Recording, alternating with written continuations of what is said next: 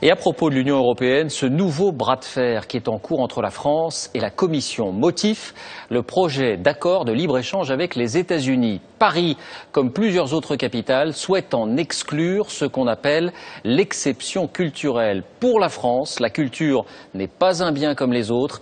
De quoi s'agit-il précisément? Pascal Deschamps, Frédéric Basile. Il faut que vous aidiez le cinéma français, parce qu'il est en danger de mort. 1948, déjà tout le cinéma français est dans la rue. Jean Marais et Simone Signoret en tête. À l'époque, les Américains proposent de réduire la dette de la France contre la diffusion massive de leurs films dans les salles. Un marchandage que refusent les artistes. C'est le début de l'exception culturelle. Exclure les biens audiovisuels de toute négociation commerciale pour pouvoir ainsi protéger sa production. Tel est l'enjeu de la bagarre dont le gouvernement français a pris la tête cette semaine. La France s'opposera à l'ouverture des négociations si la culture, si les industries culturelles ne sont pas protégées et n'en sont pas exclues. L'exception culturelle permet aux États d'instaurer des quotas de diffusion et de financer la production. La loi impose aux chaînes de télévision des pourcentages de diffusion. 60% de programmes fabriqués en Europe, dont 40% de production audiovisuelle française. Les chaînes de télévision ont aussi obligation d'utiliser une partie de leurs revenus pour coproduire des films. Sans cette manne, impossible de produire 200 films par an, parmi lesquels de nombreux succès commerciaux. Autre disposition, un montant est prélevé sur chaque entrée, environ 10% du prix du ticket, et ces sommes sont ensuite reversées au monde du cinéma via un certain nombre d'aides, notamment ce qu'on appelle l'avance sur recette. Un système qui permet de produire les gros films comme les plus fragiles. Une diversité que sont allés défendre mercredi à Bruxelles plusieurs cinéastes et acteurs européens, forts d'une pétition de 7000 d'entre eux. Si tout d'un coup on laisse les gros prendre toute la place, les petits n'ont plus de place. La pensée des peuples et des citoyens européens ne se marchande pas et n'est pas au même niveau qu'une voiture. La musique est aussi protégée grâce à des quotas de diffusion à la radio, eux aussi menacés. Plus de 500 chanteurs, dont Cabrel ou Zazie, ont eux aussi signé une pétition. Déjà, il y a 60% d'artistes américains qui passent, donc on est déjà inférieur à eux. Et là, il y a le risque évidemment qu'ils prennent l'hégémonie totale. L'exception culturelle a reçu à Cannes 2 soutiens américains. D'abord Harvey Weinstein, l'homme aux 60 Oscars, ici au micro, pour qui diversité rime avec business, et surtout Steven Spielberg. Tant que l'exception culturelle sera la meilleure façon d'assurer la diversité du Pour le roi du box-office aussi, le cinéma mérite donc bien une exception. Il faut savoir déjà que tous les films africains sont subventionnés par la France. Donc tous les films que vous voyez sont subventionnés par le ministère des Affaires étrangères, qu'on appelle le Fonds Sud ou le Fonds Image Afrique et tout ça. Mais bien évidemment, quand moi j'ai proposé mon film, vous pensez bien qu'on ne va pas financer un film qui prend les Européens dans cette situation-là. Ils ont dit non. Qui montre une image négative. Enfin, pour eux, d'après eux, parce que c'est ce que nous vivons tous les jours. J'ai voulu les mettre simplement à la place, sans le côté revanchard de la chose. Bien évidemment, ils n'ont pas voulu subventionner ce film. Donc moi, je me suis battu, j'ai vu des Africains de la diaspora, des Africains en Afrique, qui m'ont soutenu et qui ont financé ce film. Bon, maintenant, le prochain film que j'ai envie d'aborder, ça parle des matières premières. Parce qu'il faut savoir une chose. Pendant très longtemps... C'est des films d'engagement. Oui, mais enfin, engagement, je ne sais pas si c'est engagement, je suis un réalisateur concerné par ce qui se passe autour de moi. Parce que je me dis, qu'est-ce que nous allons laisser à nos enfants demain pour qu'ils puissent se projeter, pour qu'ils puissent rêver. Parce que nous sommes tous de passage. Mais bon, mais nous, entre guillemets, Africains, nous ne pensons pas beaucoup à l'avenir de nos enfants, c'est-à-dire leur laisser un avenir et les rendre fiers de ce qu'ils sont. Bon, donc, moi, je me dis, bon, ben, les matières premières, ça nous appartient. Mais n'importe quel pays vient en Afrique, ils se servent, ils s'en vont, et on vient ici, on les transforme, ça crée des emplois, alors que chez nous, il y a le chômage et on ne profite pas. Donc, j'aborde le sujet de la transformation des matières premières en Afrique, ce qui peut créer des emplois, et puis l'ingérence des autres pays sur le continent africain qui crée des guerres et qui déboussole un peu le continent. Voilà le prochain thème de mon prochain film. Très intéressant.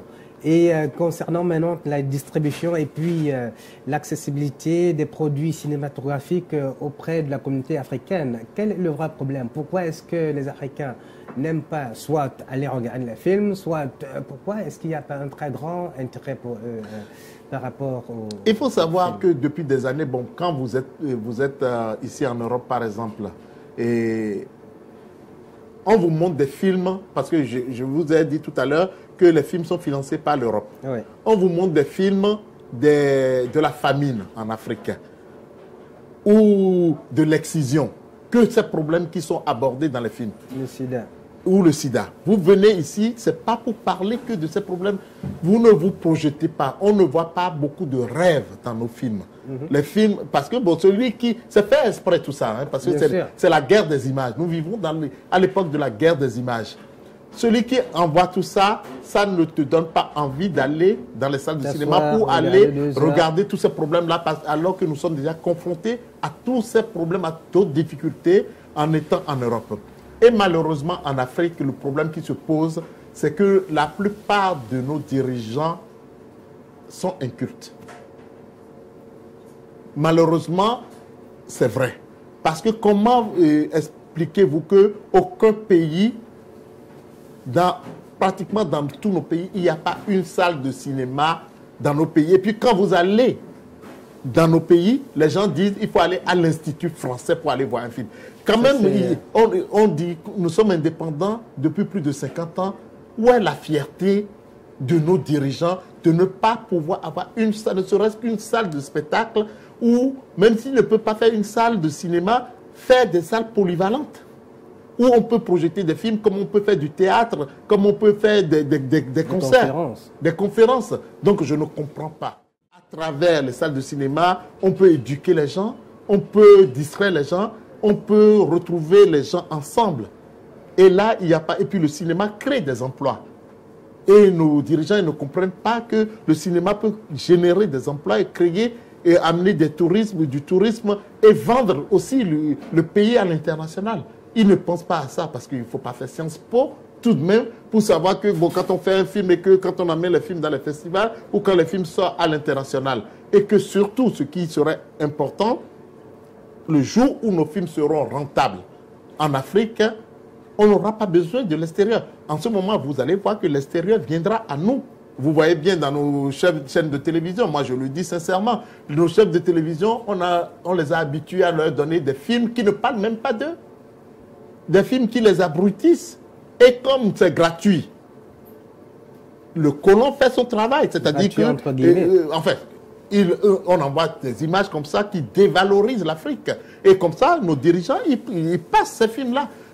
Au lieu de se regarder, de se réapproprier nos images. C'est-à-dire qu'ici en France, par exemple, toutes les chaînes de télévision financent les films. Pourquoi les chaînes de télévision en Afrique ne peuvent pas financer dans 54 États quand même?